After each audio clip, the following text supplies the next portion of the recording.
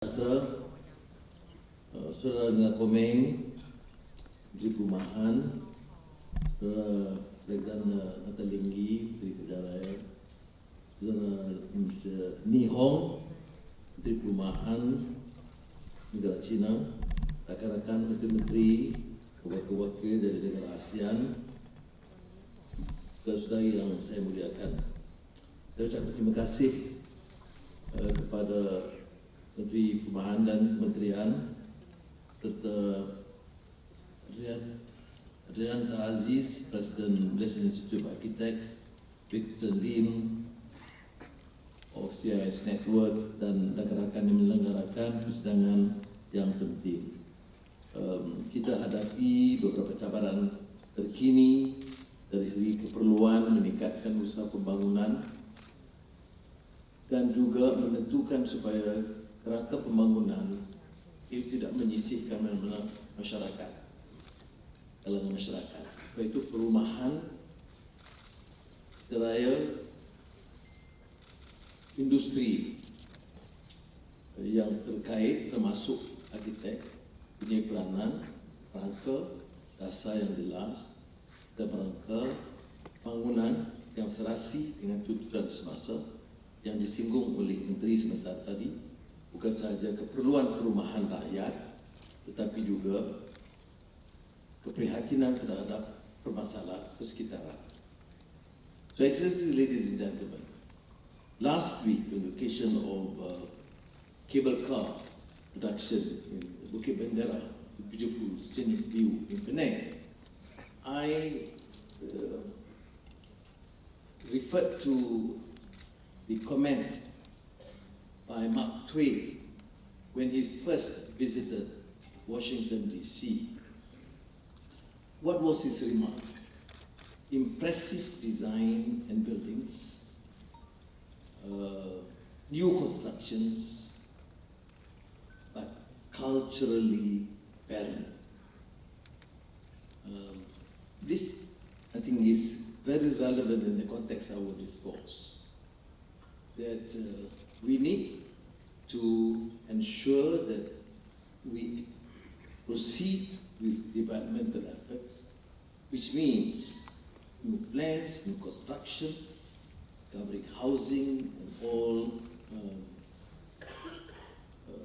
required buildings in a modern setup. And more than this, culturally vibrant, we have now new challenges, environmentally friendly, deal with the issue of inequity, of marginalization, of deprivation of rights of the poor and the marginalized in the urban setting. So, challenges of maintaining a competitive edge in the construction and housing industries encompass these various complex sectors. We need new buildings. We need to ensure that it is technologically profound, digital requirements, now the AI, which must be modern. We require skilled labor. We require compliance or regulatory compliance.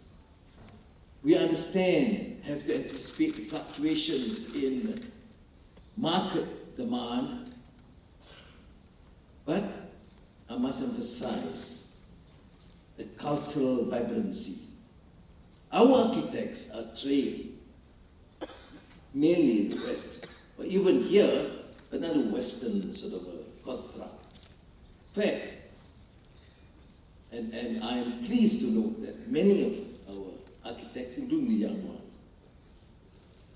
are more familiar and committed to ensure that what we build is, what we show is not just any other city, it's not just a concrete jungle, from the green jungle, Greenland, to the concrete jungle, is all the same throughout the world. it has to have character. It has to be culturally vibrant, and in context of Malaysia, there's the indigenous culture, there's Malay or Chinese or Indian, which is part and parcel of a community.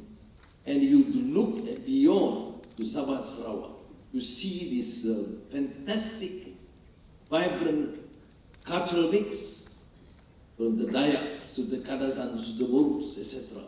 And it will be shameful if we do not take those features into consideration in either planning or crafting or building. So it is important for developers and architects, planners, policymakers to ensure that it is culturally vibrant, it is modern and technologically sound, but environmentally friendly, and it takes into consideration the requirements of all sectors, so that we don't have the repeat of a tale of two cities.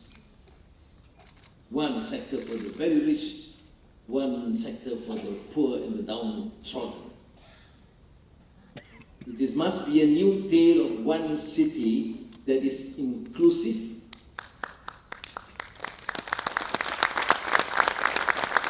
designed to foster innovation, promote sustainability, and ensure that the industry remains competitive on a global stage. Now, we are fortunate to be in ASEAN, the most peaceful region in the world. This small commotion in Myanmar, which is not spreading, fortunately. We are fortunate in ASEAN too because of the value of trust, cohesiveness, and preparedness, commitment to work together as a force. And this is, of course, commendable. We want every single country in ASEAN to benefit from this venture, that we achieve success, economic, social, together.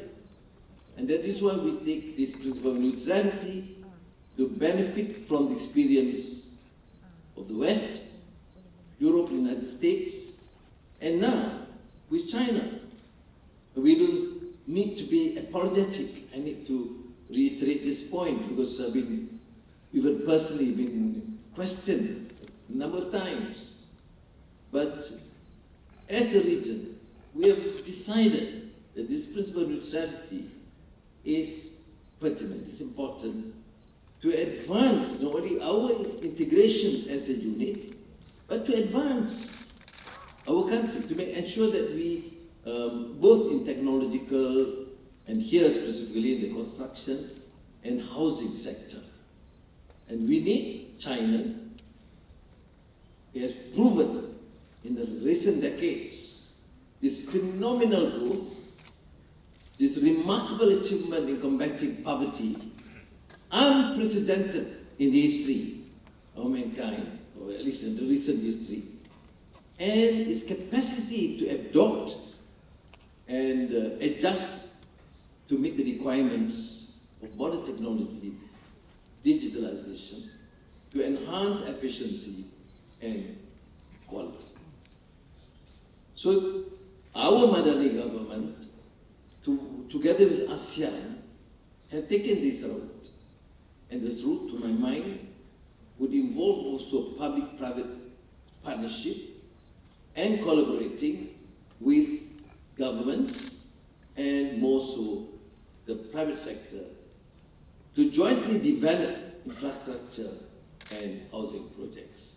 My task is therefore to remind you that whilst we all have to clamor for change and reform and ensure that the pace of development is achieved at a faster pace, we must not forget the core principles and values in life, which demands that we preserve our character. That is why the issue of cultural vibrancy, that in initially I referred to Mark Twain's observation, and now digital, modern technology, environmentally friendly, and issue of the marginalization of a major sector of our people. Now, so I must commend Coming for this initiative. He's very hardworking minister, very loud, but very tough.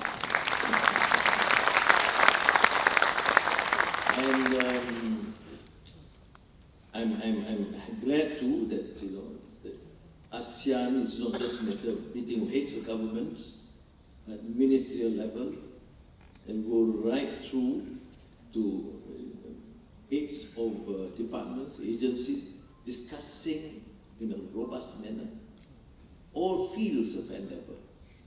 And we share our experience, we discuss, we argue, but we do achieve a consensus. This, to my mind, is very pertinent. And in the housing sector, in the construction industry, and of course among architects, to share this and collaborate, as we have seen in many other sectors. And involves not only governmental, but also private sector, the researchers and students, and the general public. We have to move in this sort of, what we say, synergizing the strength of ASEAN.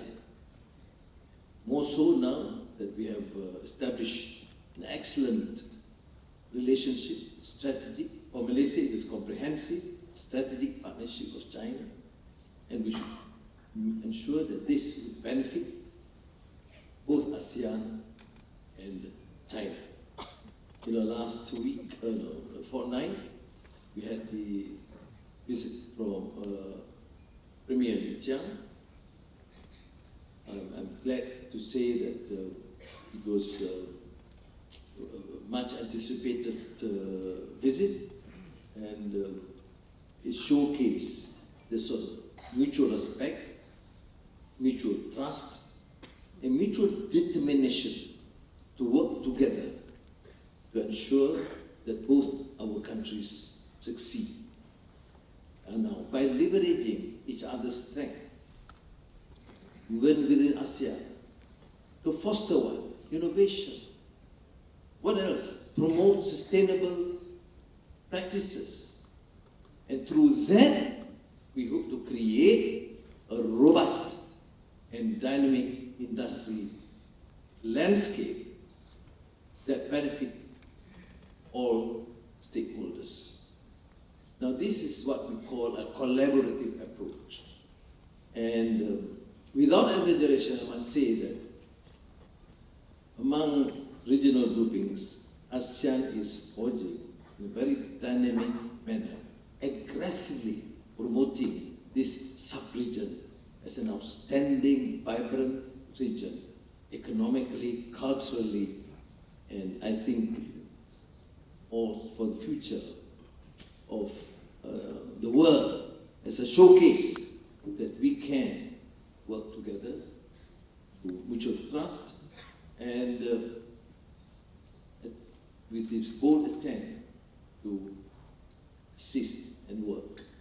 You see, I've avoided talking too much about construction or architecture because that's not my field of competence.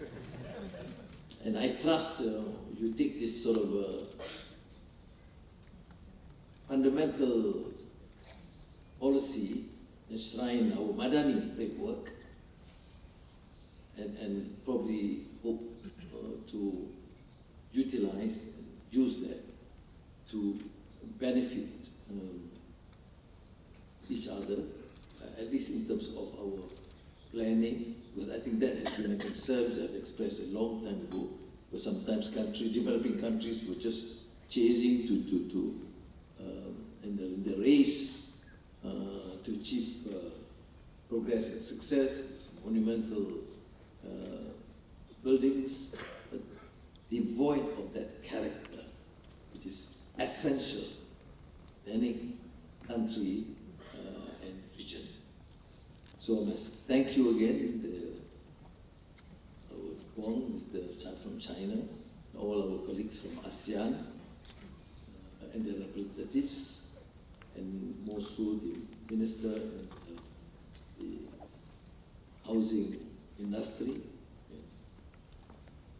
for giving their support and ensuring success. So terima kasih banyak kepada saudara dan saya ucapkan selamat Hari Raya. Thank you very much, Datuk Seri. And Datuk Seri,